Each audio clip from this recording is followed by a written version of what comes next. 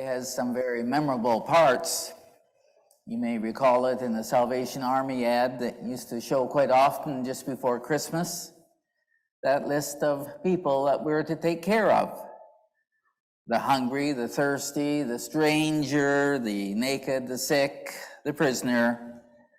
It is at the foundation of, I think, a lot of our theology, which is about how everyone is created by God, everyone is created equally, and we are to care for them equally. When we look into the eyes of our neighbors, we are to see that they are a child of God, that they are like Jesus, and that we are called upon to have sympathy with them, empathy with them, to care for them. Who is the least of these? We are to reach out to them. They are a child of God. There are lots of those in our community these days that we're not sure that we see as quite equal or that we reach out to them in quite the same way. And so who might we today see as the ones who are least among us that we are to take care of? Seems to me among the least of us includes prisoners. I once had a parishioner who was quite involved in the Bridge. It's an organization in Hamilton and Burlington that helps people who have been incarcerated return to the community. It helps ex-convicts. They work at transition into the community, and that means it's very important because I think the understanding is that, yes, people are in prison, but for most of them at some point, they're going to return to the community. And we need to find ways to help them to integrate and to do well. And so the Bridge has programs to help ex-convicts to be able to find housing. It has various groups and programs for self-help to help them to be able to integrate into the community. And it helps in job search. And if we're to look at the data, it suggests that if we want people to not offend again, the most significant thing we can do for them is make sure that they have gainful work. It's so important. All the other self-help programs and everything are statistically not significant when we look at reoffending. It is if someone has a good job. Well, my parishioner wanted that the church help to encourage the Bridge and support it. The outreach committee already had its priority list set out, and we want churches to do that we can only meaningfully support a few outreach projects. We can't just give a little bit to everybody. We want to be able to have a good relationship with the programs that we support. So the committee spent some time looking at it and thought, yeah, we really should support this a little bit, but they weren't going to make it their priority.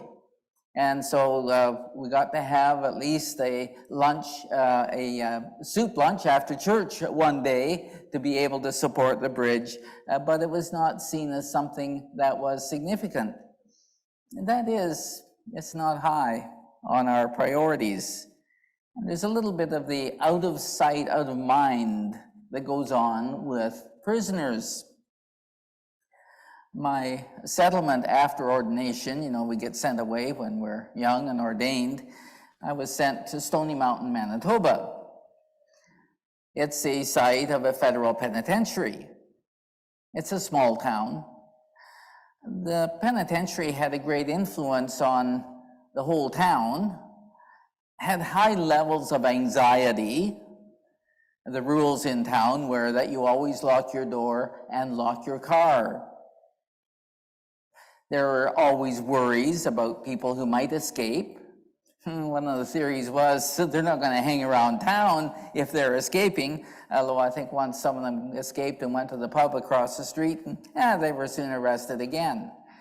But it was a place with high stress. And within the prison itself, there is a very unique culture and community that is very stressful. And that made its way into the community as well. It was during that time that we had our last major debate about capital punishment in Canada. And I was told by some parishioners I should keep my thoughts to myself, that they had put down dogs that they had more feeling for than some of those people who were in prison. After all, they were incarcerated because society had deemed that they had done major wrong. Well, we do tend to shut them away and not think about them.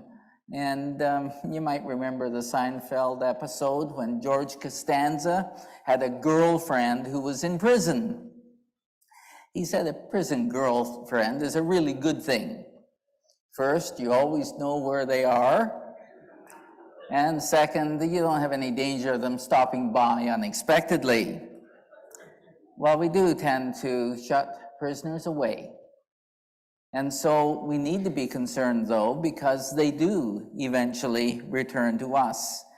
And so it seems to me that they certainly are among the least of us within our communities. It seems to me another group that is the least of us in our communities is the transgendered community. A lot of people have a hard time understanding it, have strange feelings about it, and there are a number of governments that are making legislation trying to restrict those who are transgendered. Back when I was a personnel minister, a minister spoke to me about how their brother had come to them and announced that he was transgendering from male to female. The minister said, I have a really hard time with this. He said, I'm a liberal, open guy. If my brother came to me and told me he was gay, I would welcome him and support him and care for him. But he said he just didn't know how to understand this male to female trans process. It's an indication that we are very tied within our culture to a binary understanding of gender. As soon as somebody announces to us that they're having a baby, we ask, oh, is it going to be a boy or a girl? And we have lists of names that are for boys and for girls. And we dress boys and girls differently right from the start. Blue for boys, pink for girls. We get them different toys, dolls for girls, cars for boys. We talk to them differently, teach them differently, guide them towards different sports, guide them towards different careers. And so we're very strongly a bi-gendered world that we live in. And we have a hard time understanding being in between. Gender is maybe best understood, though, as being on a continuum. We've always known some of this because often we speak of girls who have boy expressions and call them tomboys. And there are boys who sometimes express themselves more as feminine, and we call them girly boys. And so it's always been kind of a put down to go against the binary understanding of gender. However, all of us really are on a continuum. And it might help us best if we learn more about ourselves, about those parts of ourselves that may be opposite to our identified gender. Because all of us have something of that range where we're not quite the same as everybody else. We move in a range in the traditional understandings of what gender is. And so we struggle with that today. And I think those who identify as transgendered are certainly among the least of these, because we have such a hard time with it. It seems to me also among the least of these in our time are those of other religions. It seems to divide people a lot. Religions always seem to make like they are exclusive and that they know the truth. And so they set themselves apart like that. For people in the Jewish faith, they're told that they are the chosen ones. For those in the Muslim faith, they are said to say that all others are infidels. And in the Christian faith, we say we are the way, we have the truth. And all others get rejected. We have some of that in our lesson this morning.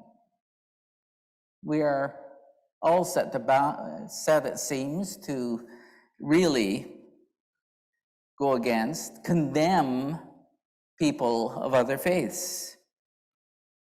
Sometimes in the Gospel of John, we hear a lot of kind of anti-Semitic things because John was the last of the Gospels written, is a little later.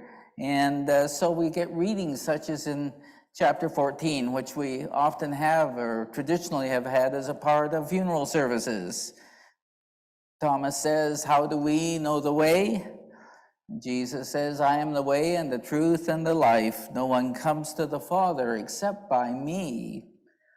And so religion seems at the root of so much of our conflict and differences within our world today. And I think it's some of the reason given that many younger people say they don't really want to be a part of church or a part of religion because it just seems to be all about how the others are condemned. It is the root of so much conflict that we have. And as we see the wars going on around the world, we know that some of it is rooted in religion. In the United Church, we have worked hard at a program called Whole World Ecumenism, begun about 1992. And it was trying to understand that we are all the faiths together in one world. And so we should be open to and understand and welcome all different faiths. I wrote an article about it in our newspaper in Aurelia back at the time. I used to be on a rotation for doing the pastor's pen kind of thing, and wrote about whole world ecumenism. It was one of the articles that actually got letters to the editor. People seem to be really taken with, we have the truth and no one else does. Whole world ecumenism looks at ways in which we are all one world and we need to all be together in it. That within all religions, first of all, we seek peace. We hope that the wars will end, that we will be able to understand each other. That we all work for health for people around the world and care for people. That we care for this changing environment because we're all going to be affected by it. We're going to have a lot of environmental refugees in years ahead, it is said, because the earth is changing so much. And we all live in a global village now, so we need to learn how to get along. We recognize that a great deal in Canada because we are so mixed and have high levels of immigration from all parts of the world. And so we just naturally need to be able to get together and to understand each other and to be a part of each other. I have an Iranian Muslim daughter-in-law. I did their wedding here in Canada. When they were going over to Iran to do the wedding there, certain things needed to be done in the Muslim faith, and they did it here with an imam because it wouldn't be understood in Iran quite the same way.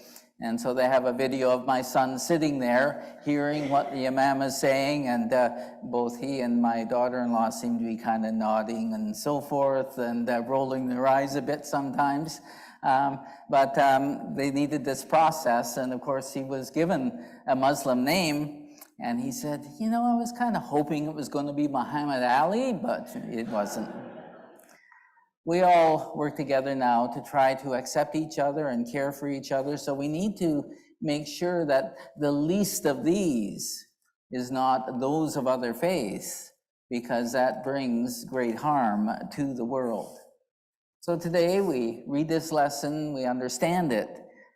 It's very, I think, very warming for us, because we recognize that everyone really is a child of God, created by God, and worthy of our care and our love. Let us join together in prayer.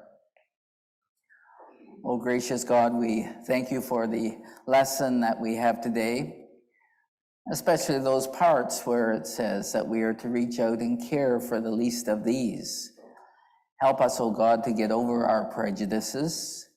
Help us to be able to recognize who we see as least, so that we may work to try to include them more and care for them more. In Jesus' name, amen.